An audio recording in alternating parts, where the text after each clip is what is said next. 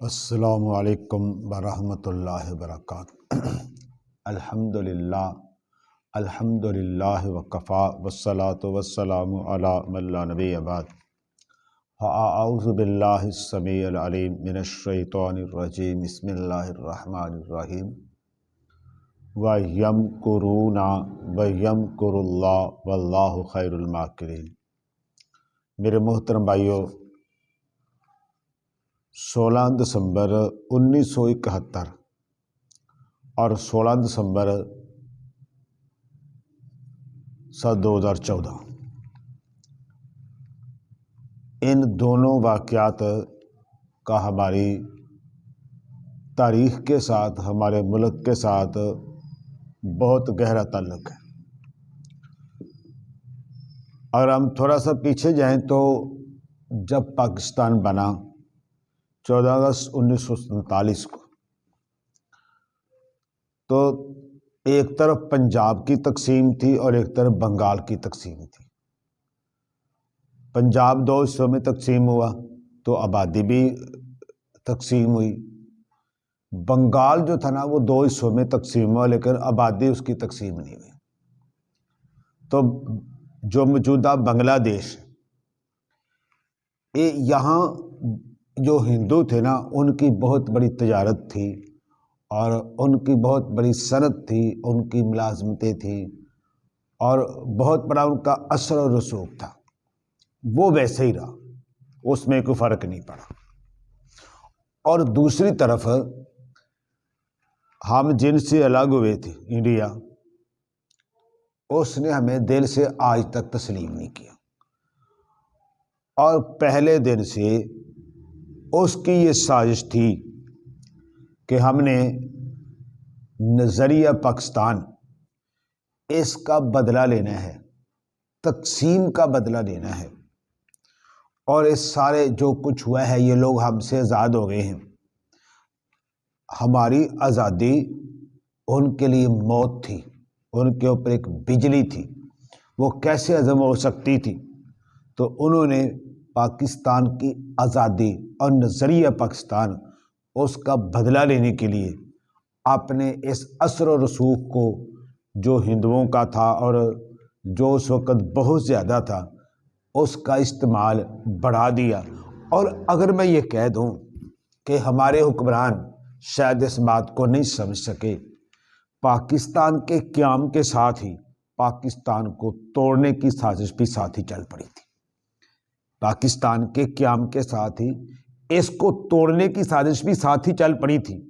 یہ سکوت ڈھاکہ کوئی چند دن کی بات نہیں تھی، اس کے پیچھے قیام پاکستان سے لے کے سن 1971 تک یہ سارا جو دورانیہ نے، یہ سارا اسی بات کے اوپر لگا ہوا تھا کہ اس ملک کو کیسے توڑنا ہے۔ اور 65 کی جنگ کی جو شکست تھی وہ انڈیا کے لیے کسی موت سے کم نہیں تھی۔ وہ اپنی شکست کا، ذلت کا، موت کا، بے عزتی کا، توہین کا بدلہ لینا چاہتا تھا، اور اس کے لیے اس نے ڈھاکہ، بنگلہ دیش، اس کی سرزمین کا جو تھا نا وہ انتخاب کیا۔ میرے بھائیوں، مسئلہ یہ ہے کہ قائد اعظم کی دنیا سے رخصتی اور وہ جو لیاقت علی خان تھے، بڑے مخلص آدمی تھے، ان کی شہادت، یہ 2 واقعات ایسے تھے کہ پاکستان مخلص قیادت سے محروم ہو گیا۔ اور اس کے بعد جو ہماری سیاسی قیادت تھی وہ ویسی نہ رہی۔ دشمن چلاک تھا، عیار تھا، دھوکے باز تھا، مکار تھا، اور یہ ان کی سازش کو سمجھ نہیں سکے۔ اور یہ معاملہ 1970 تک تو چلتا رہا۔ اس کے بعد جب 70 کے انتخابات ہوئے اور مشرقی پاکستان میں مجیب الرحمان عوامی پارٹی، اس کو اکثریت مل گئی، ادھر پیپلز پارٹی، ذوالفقار علی بھٹو، ان کو اکثریت مل گئی، تو پھر ایک نیا مسئلہ پیدا ہوا کہ اقتدار کس پارٹی کے حصے میں آئے گا۔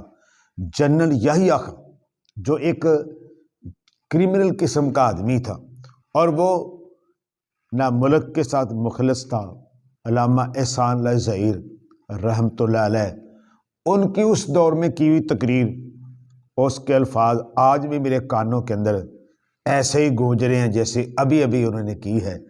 انہوں نے کہا تھا، او شرابی، کاش تیرے گریبان تک میرے ہاتھ پہنچ سکے اور میں تجھے پوچھوں گریبان سے پکڑ کے تو نے ہمارے ملک کا کیا حال کیا، جو ملک لاکھوں افراد کی قربانی دے کے بنا تھا، تو نے اس کے ساتھ کیا کاش کہ میرا ہاتھ کے گردن تک پہنچ سکے۔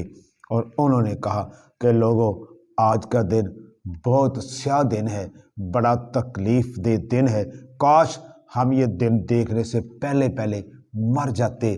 یہ ان کی تقریر سکوت ڈھاکہ کے بعد تھی۔ بھائیو، حقیقت بات بھی یہ ہے کہ مشرقی پاکستان کی علیحدگی، بنگلہ دیش کا قیام، اور صرف یہی بس نہیں ہے، ہمارے حکمرانوں کی جو تھی نا وہ چال بازیاں اور اقتدار کے پیچھے ان کا رال ٹپکنا اور اقتدار کے لالچ کے اندر ملک کا سودا کرنا اور ملک کی سالمیت کے اوپر آنچ آنے دینا، یہ بہت بڑی خطا تھی، غلطی تھی۔ اور میں جہاں تک میں نے تاریخ کا مطالعہ کیا ہے، یہ وطن عزیز شہداء کی قربانیوں سے ملا ہے۔ جن لوگوں نے اس وطن سے غداری کی ہے ان کے خاندانی تباہ ہو گئے، ان کی آگے سے نسلیں تباہ ہو گئی ہیں۔ دیکھ لو مجیب الرحمن کون بچا ہے اس کا، اور ادھر دیکھ لو ادھر سے کون بچا ہے۔ یہ وطن اسلام کے نام پر قائم ہوا ہے، اس نے رہنا ہے انشاءاللہ۔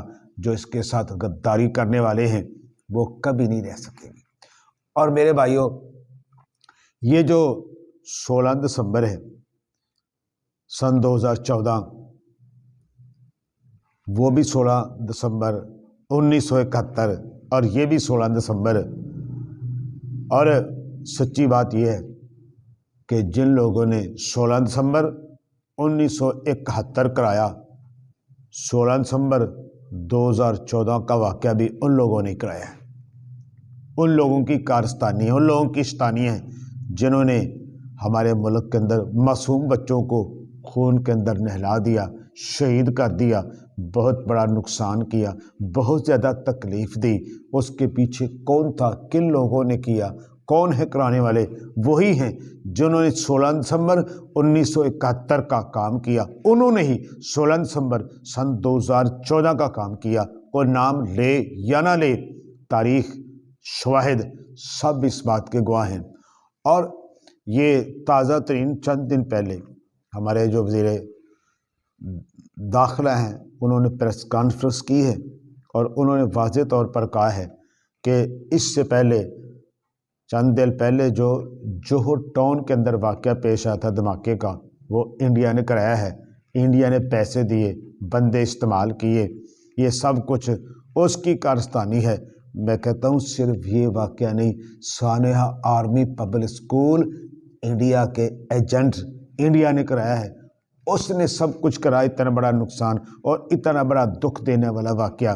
اور میں سمجھتا ہوں کہ اتنی جو سفاکیت ہمارے معصوم بچوں کے ساتھ، اس وقت پاکستان کے جتنے بھی دشمن ہیں، اس وقت پاکستان کے جتنے بھی دشمن ہیں، سب سے بڑا دشمن انڈیا ہے، اور سب سے بڑا غلیظ اور گندا پوری دنیا کا سب سے بڑا مشرک انڈیا ہے۔ اس نے کرایا تھا، کوئی مانے یا نہ مانے لیکن حقیقت یہی ہے، اس لیے کہ انہوں نے 16 دسمبر کے دن کا، تاریخ کا انتخاب کیا تھا، اس لیے کہ وہ ہمیں یاد دلانا چاہتے تھے کہ دیکھ لو 16 دسمبر 1971، 16 دسمبر 2014۔ لیکن ہم بھی یہ پیغام دینا چاہتے ہیں کہ ملک اسلام کے نام پر بنا ہے، جو آنکھ نکلے گی، جو آنکھ اس کی طرف دیکھے گی غلط نظر سے، آنکھ نکال لی جائے گی، ہاتھ اٹھے گا، ہاتھ توڑ دیا جائے گا، ٹانگ اٹھے گی، ٹانگیں توڑ دی جائیں گی، نگاہ اٹھے گی، نگاہ ختم کر دی جائے گی، دماغ چلے گا، دماغ کا بیجا نکال دیا جائے گا۔ اس لیے اسلام کے نام پر بنا ہے، کوئی دشمن انشاءاللہ اس کا کچھ نہیں بگاڑ سکے گا۔ وما علینا الا البلاغ۔